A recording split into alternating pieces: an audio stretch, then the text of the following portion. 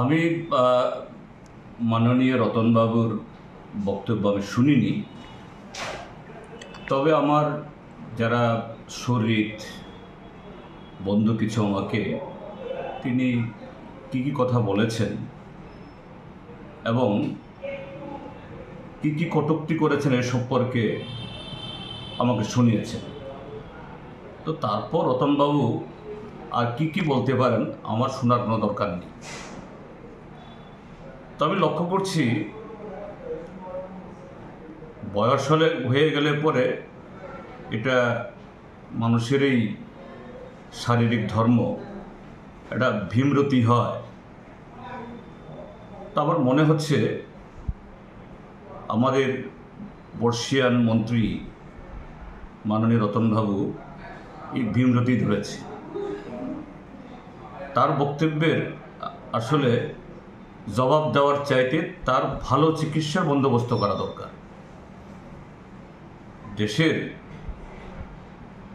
সবচেয়ে যে ভালো ডাক্তার, উৎকৃষ্ট ডাক্তার, কারণ তিনি একজন উৎকৃষ্ট ব্যক্তিত্ব, আমাদের রাজ্যের সম্পদ, তার ভালো চিকিৎসা হওয়া দরকার। নতুবা এরকম একটা গুরুত্বপূর্ণ পদে থেকে তিনি ইদানিংকালে শুধু নানা ধরনের এই জাতীয় উক্তি করছেন না, নর্তন করছেন, কীর্তন করছেন, যা তার বয়সের সাথে মানায় না, তার পদের সাথে মানায় না। এবং এটা শুধু তার দলের ক্ষেত্রে, তাদের দলের জন্যই তিনি বোঝা হয়ে উঠছেন না দিন দিন।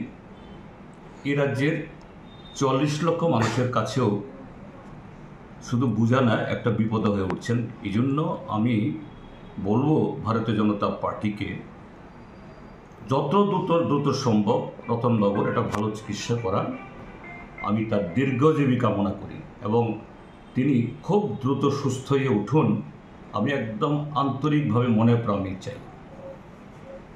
আর তার সাথে অনুরোধ করব, রতনবাবুকে এরকম যদি বলতে ঠেলে দেওয়া হয়, নিশ্চয়ই কেউ ঠেলে দিয়েছেন। আমার জনসভার বক্তব্যের জবাব দেওয়ার জন্য, অথবা রতনবাবু এত দপ্তরের ভারে তিনি তো গলদঘর্ম হয়ে আছেন। তিনি যে সমস্ত দপ্তরগুলো চালাচ্ছেন, বিদ্যুৎ বেহাল, মৃগী ব্যারামের চেয়ে ত্রিপুরা রাজ্যের বিদ্যুতের অবস্থা তার চেয়েও খারাপ। যা ঠিক আছে, একবার দুবার এরকম বৃষ্টি তুফানের সময় সর্বকালই বিদ্যুৎ একটু ট্রিপিং হতে পারে, যেতে পারে। কিন্তু এখন তো যে সামান্য বৃষ্টি হলে, না হলেও এবং বেশি রোদ হলেও মানে বিদ্যুৎ চলে যাওয়ার কোনো কারণ নেই। এখন যে কোনো সময় যেতে পারে। আমি এই কদিন আগে গেছি আমার সাব ডিভিশনে, আমার কেন্দ্রে একটা জায়গাতে মিটিং করছিলাম, প্রায় ঘন্টা 2-এর মিটিং ছিল। এই 2 ঘন্টার সময়ের মধ্যেই 40 বারে বেশি বিদ্যুৎ গেছে আর এসছে। কোনো তুফান ছিল না, ঝড় ছিল না, বৃষ্টি ছিল না। আর এখন তো বৃষ্টি হচ্ছে মাঝে মধ্যে, এখন তো অবস্থা বেহাল।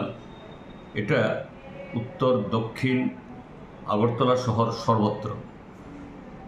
কাজেই এই দপ্তরগুলোর মাঝে মধ্যে গ্রাহকরা তাকে ফোন করলে তিনি কি উত্তর দেন, এটাও সোশ্যাল মিডিয়াতে এসছে।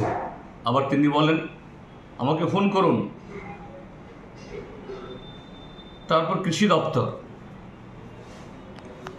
তিনি যে সমস্ত সাফল্যের কথা বলছেন, স্কিমের কথা বলছেন, তার দপ্তরের যারা অফিসার, বর্তমান কৃষি দপ্তরের যারা এই director, joint director, deputy director, এই স্তর অফিসার তো সবাইকে চিনি। আমি যখন মন্ত্রী ছিলাম তারা আরও জুনিয়র ছিলেন, এই পদে উন্নীত হননি। আরও প্রায় 11-12 বছর আগে কথা বলছি আমি। তো ওদেরকে বললে আপনাদের মন্ত্রী বাহাদুর তো এইভাবেই ত্রিপুরা রাজ্যের কৃষির জয়গান করছেন তিনি। আসলে কি হয়েছে স্যার, ওনার কথা উনি বলেন। স্যার আমরা তো এই কথা বলতে পারবো না, আমরা তো অফিসার, আমরা তো লেখাপড়া করে এসেছি, আমাদের তো তথ্যের উপরে ভর করে বলতে হবে।